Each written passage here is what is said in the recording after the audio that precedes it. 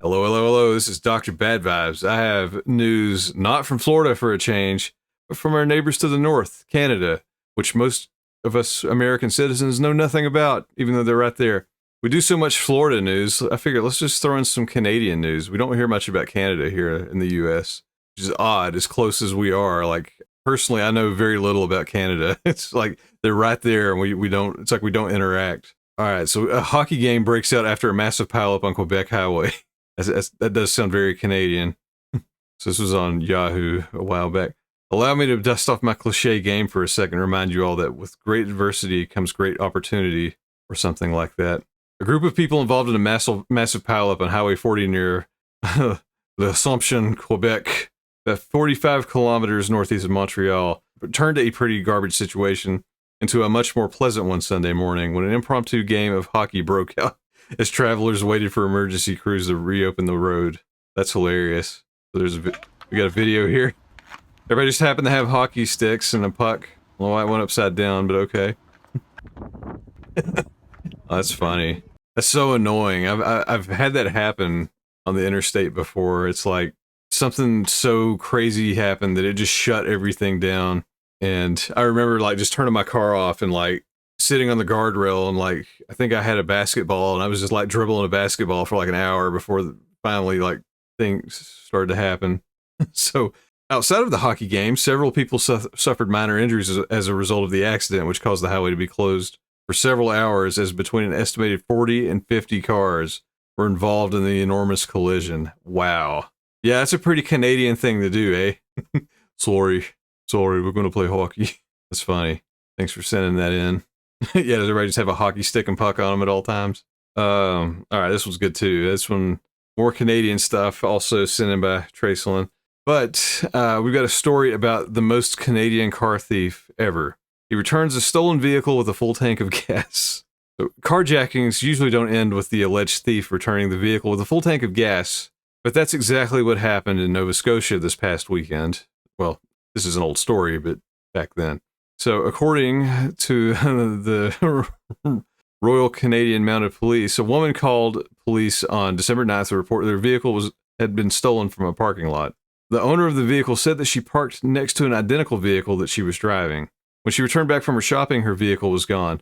But it turns out the person who stole the car didn't mean to take it at all. Police say the other motorist departed the business, climbed into the wrong vehicle, which was identical to his, and drove off. Somehow his key fob managed to work for the other car and unlock it. I was going to ask that, like, how do you have the same freaking car and the same key? But I guess it can happen with fobs. I don't know. I'm still driving like antiques. I have keys that you have to turn like a barbarian, so I don't have much experience with fobs. The man soon discovered he was in the wrong vehicle and he immediately returned it, but filled up gas first. Wow.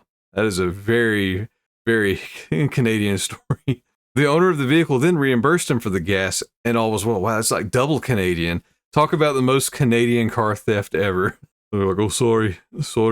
But that was very wholesome and hilarious. I'm trying to think. We had a similar, I mean, nobody drove off with the car. I remember I got gas and, gas. I've been in my car, like just sitting there, and I parked near a similar car and somebody came up and like opened the door and then like saw me and they're just like, oh God. And they were like so apologetic. Like they thought, it was their car.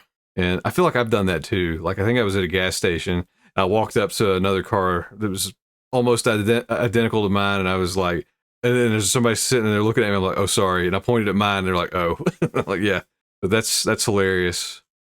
I'm shocked that the fob worked, but if it did, that's like the best case scenario. That is funny. I did that before. Tried to open a wrong door, and someone was in it. Yeah, I know. I've done that a couple times. Meow says I've gotten in the passenger seat of a wrong car before. Yeah, I've known some people to do that, and it's.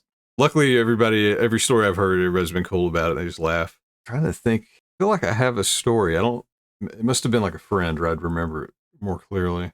But yeah, I think it was the same thing. Like somebody got in the passenger seat in the front, and they're just like, oh, whoops. Leanne says, I once got into a car that was identical to mine. I looked at the passenger seat and knew it was not my car. Got out quickly. I'm trying to think. Could you imagine it? I feel like there's more variety on the roads now, but like, what if you went I don't know, let's say you went to Walmart in the mid 90s and you drove a Chevy Cavalier, like, good luck. Yeah, I'm still surprised that the fob worked. I've always wondered if that was a thing. I mean, there are only so many frequencies they can use. I mean, I don't know what, radio band or whatever they work on, so I guess it depends on the age of the car too. I would assume, especially like the early ones, the early fobs, they probably cycle through like the same, like, however many frequencies. Hopefully it's a lot, but there's probably some overlap, and they just assume that, people won't won't come in contact with each other. Oh yeah, a silver Impala or a Ford Taurus. Yeah, there's a lot of cars out there. I mean, it'd be, I'm trying to think what the most common, depends on where you go. Like, I've noticed some spots in Florida, like the Tesla Model Y. There's so many of them. I mean, that one, I guess your key's on your phone. That's probably not going to happen, but I'm sure it would not be hard to walk up to the wrong one at the least.